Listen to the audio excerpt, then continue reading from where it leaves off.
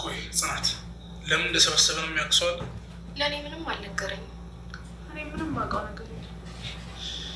ቆይ ምን ጀምሮ የሆነ የልጅ ወንድሙ?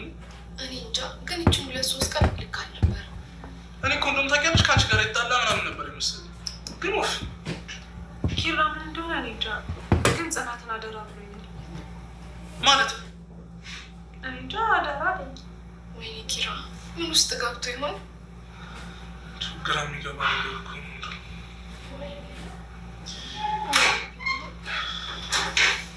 ኪራ ምን ሆነ ነው?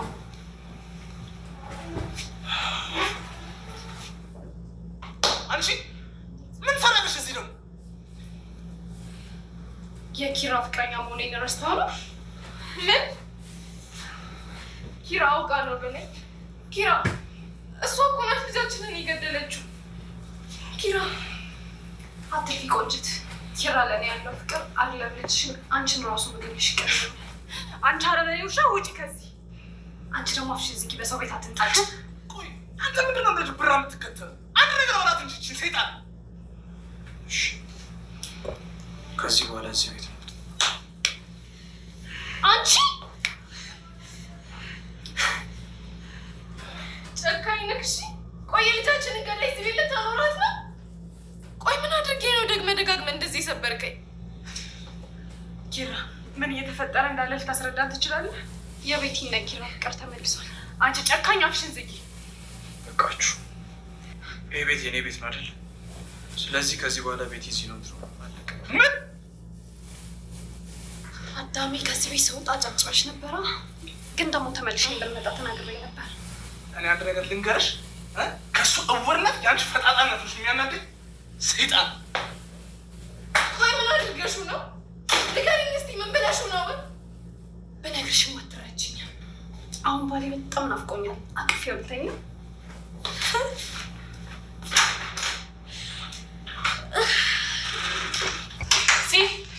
የት ነው በዚህ ሰዓት?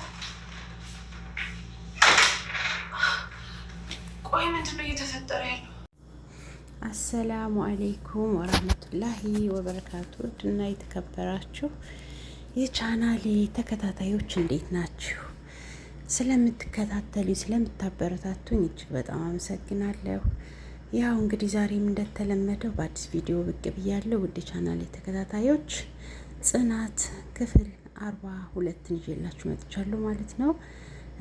እንግዲህ ላይክ፣ ሼር እና ሰብስክራይብ እያደረጋችሁ የሚለቃቸው ቪዲዮዎች ለሌሎች ተደራሽ እንዲሆኑልኝ አድርጉልኝ። ውድ ቤተሰቦች አዳዲስ የምትመጡ ደግሞ ሰብስክራይብ እያደረጋችሁ ወደ ቻናል ተቀላቀሉ።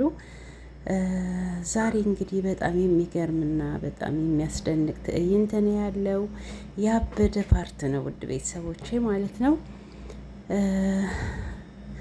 እንግዲህ ባለፈው ጽናትና ኪራ ስንጠብቀውና ስንናፍቀው እንደነበረ ፍቅር እየተጫወቱ ጽናትን ፍቅሩን ተቀብላ አብረው መኖር ጀምረው ነበረ። እናም ትዳራቸው ወደፊት እንግዲህ የት እንደሚደርስ ሊሞሸሩ ሊጋቡ ብዙ እቅድ ውስጥ ነበሩ። ነገር ግን ምን ዋጋ አለው? ሰይጣኗ ቤቲ ባለፈው መርዛቸው ነበረ። ነገር ግን በመርዝ ሳይሳካለት ቀርቶ ሰው ባላሰበውና ባላለመው መንገድ እንግዲህ ሰራተኛዋን ጽናትን ሻወር ቤት እያለች በቪዲዮ እንድትቀርጻት ካደረገች በኋላ ያንን በዛ በቪዲዮ አስፈራርታ ወደ ቤቱ መልሶ እንዲያስገባት ኪራን ጠይቃለች። ኪራም እንግዲህ ምንም ነገር ማድረግ አልቻለም። ምክንያቱም በጽናት አይደራደርም። ከሁለቱ አንዱ መምረጥ አለበት። ወይም የጽናትን ውርደት ወይም ደግሞ ቤቲን ወደ ቤቱ ማስገባት። እውነት በጣም ነው የሚያሳዝነው።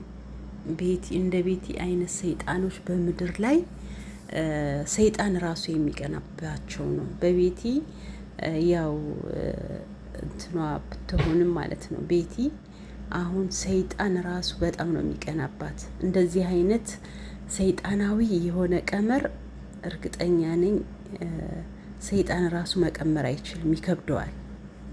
እንደው በጣም የምትገርም ሰው ናት እና ለሷ ምንም የማይጠቅማት ነገር ቢሆንም ማለት ነው። ምንም አይጠቅማትም በእርግጥ ምክንያቱም ኪራ በፍጹም አያፈቅራትም። እንደውም ራሷን ዝቅ ማድረግ ክብሯን ማዋረድ ነው እንጂ ከዛ የተለየ እሷን የሚጠቅማት ነገር በፍጹም የለም። ነገር ግን ቤቲ አሁን ላይ ፍቅር ሳይሆን ህልክ ነው የያዛት። ህልክ ደግሞ ሰዎችን ገደል ያስገባል። ምክንያቱም የሚነድ እሳት ውስጥ እንኳን ራሱ ቢሆን ያስገባል ማለት ነው። እና ህልክ ስለሆነ ፊቷ ላይ የሚነደው እሳት እንግዲህ ቤቲን ምንም ነገር እንድትመርጥ እንድታስታውልና አእምሯ እንዲያስብ አላደረገውም። በፍጹም እያሰበች አይደለም። በምድር ላይ ብትኖር ራሱ እሷ እየተንሳፈፈች ነው። እንደ ሰው ማሰብ አልቻለችም። አንድና አንድ ነገር ኪራን ስላጣችው ብቻ ጽናት ኪራን እንዳሳጣቻት ነው የምታስበው። ስለዚህ ማድረግ የቻለችውን አቅሟ የቻለውን ሁሉ እያደረገች ነው እና አሁንም ሰይጣናዊ በሆነ አስተሳሰቧ እንግዲህ ለይታቸዋለች። እሷ ወደ ቤት ገብታለች። ከዚህ በኋላ የምኖረው ከአንተ ቤት ነው ብለዋለች። እናም ቤተሰቦቼ በጣም እውነት በጣም ነው የሚገርመው። እንደዚህ አይነት ቀመር ታመጣለች ብለን አላሰብንም ነበረ። ነገር ግን ጽናት በጣም ጠንካራ ልጅ ናት። የእውነት በጣም በጣም ጥንካሬዋ የሚደነቅ ነው። አሁንም ጠንክራ መቆም ችላለች። ከዚህ ሁሉ በደል በኋላ ከዚህ ሁሉ ጥፋት በኋላ አሁን ራሱ ስለ ኪራ ታስባለች። እንዳልከዳት ውስጧ ይነግራታል። በፍጹም መሰበርን ለምደዋለች። ለካ ሰዎች መርዝም ቢሆን ይለመዳል ቀስ በቀስ የተባለው እውነት ነው። እና ጽናት አሁን ለምደዋለች። በቃ ስቃይ ለመደችው እና በዚህ ተሰባብራ ትወድቃለች ብለን ነበር ያሰብነው። ነገር ግን መቆም ችላለች። በጣም ጠንካራ ነች። እና በጣም የሚያሳዝነው ነገር ቤቲ በቅናትና በህልክ አይኗ ከመታወሩ አእምሯ ከመሰወሩ የተነሳ የምትናገረውን እንኳን ማሰብ አትችልም።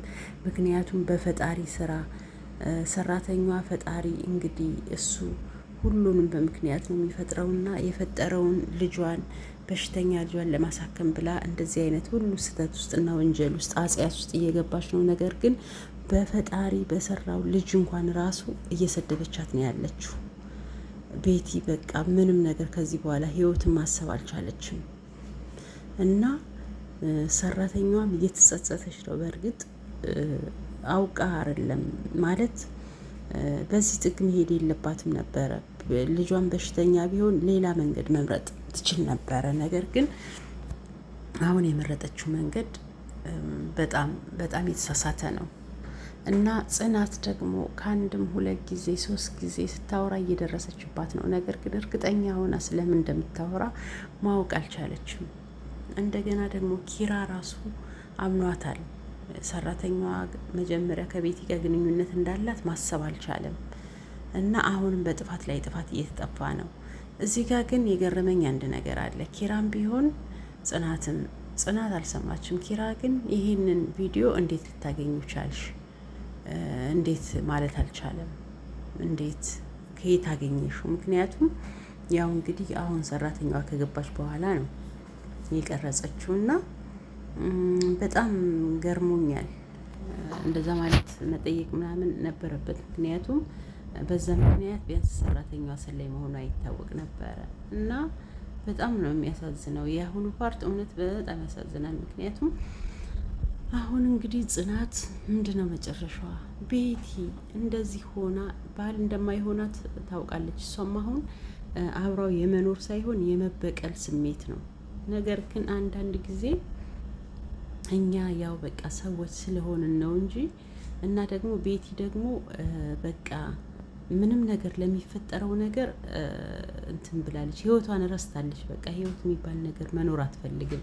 በቀል ብቻ በበቀል ታውራለች እንጂ በቃ ከዚህ ሁሉ እንደገና ሌላ ፈተና ውስጥ ከመግባት የተቀረጸውም ፎቶ ምንም ስታረግ አይደለም፣ ሻወር ስትወስድ ነው።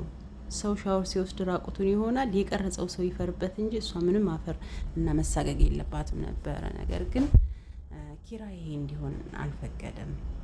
ጽናትም ብትሰማ ምናልባት ምን እንደምትወስን አይታወቅም። ነገር ግን ውድ ቤተሰቦቼ እንግዲህ ያው በሚያሳዝን ሁኔታ ጽናትና ኪራ ተለያዩ። ኪራ ከዚህ በኋላ ሰው መሆን አይችልም። ግልጽ ነው። ከቤቲ ጋር ምንም አይነት ህይወት አይኖረውም። እሷም ደግሞ አትፈልግም። ብትፈልግም እንደማይሆን ታውቃለች። ነገር ግን ምን ዋጋ አለው? እነሱን ለያየቻቸው። እነሱን መለያየቷ በጣም የሚያሳዝን ነገር ነው እና ኪራም ደግሞ እንግዲህ ሊያያት ሁሉ አይፈልግም። አንድ ቤት ውስጥ ነው የሚኖሩት። በአይኑ ሊያያት አይፈልግም በእርግጠኝነት። ወይም ሞቅ ብሎ ሲመጣ ወይም የሆነ ነገር ሲያደርግ የሆነ ነገሯን አድርጎ ያጠፋታል። ጭራሽ አላፍርም ብላ እግሬን ሽልኝ ያለችው በጣም ደፋር ናት እና በቃ ጉጉት አለባት ብቻ ከእሱ ጋር አብራ የመኖር የቤቱ መቤት መሆን፣ እትዬ መባል፣ ሰራተኛ መቅጠር፣ ሁሉም ነገር ህልሟ ነበር። ነገር ግን ይሄ በፈጣሪ ፍቃድ እንጂ በሰው በጉልበት የሚሆን ነገር የለም። ይሄን መረዳት አልቻለችም ቤቲ እና ናሆሚም መሩም ማንም ምንም አያውቅም። አንዳንድ ጊዜ ግን በቃ ቢያንስ ነገሮችን በውስጣችን ከምንይዝ ለሆነ ሰው ማማከር መፍትሄ ይገኛል። አሁን ኪራ እንደዚህ በውስጡ ይዞ ይሄን ሁሉ ውሳኔ ከመወሰኑ በፊት ለምሩና ለናሆም የተፈጠረውን ቢነግራቸው የሆነ መፍትሄ ይገኝ ነበረ። እንደዚህ አይነት ውስብስብ ችግር ውስጥ አይገባም ነበረ። ነገር ግን ምንም ነገር መናገር አልፈልግም። ምክንያቱም የጽናት ነገር ስለሆነ ለእነሱ እንኳን ቢነግራቸው የምትዋረድ መስሎ ስለታየው ማለት ነው። እና በሚያሳዝን ሁኔታ ኪራና ጽናት ተለያዩ።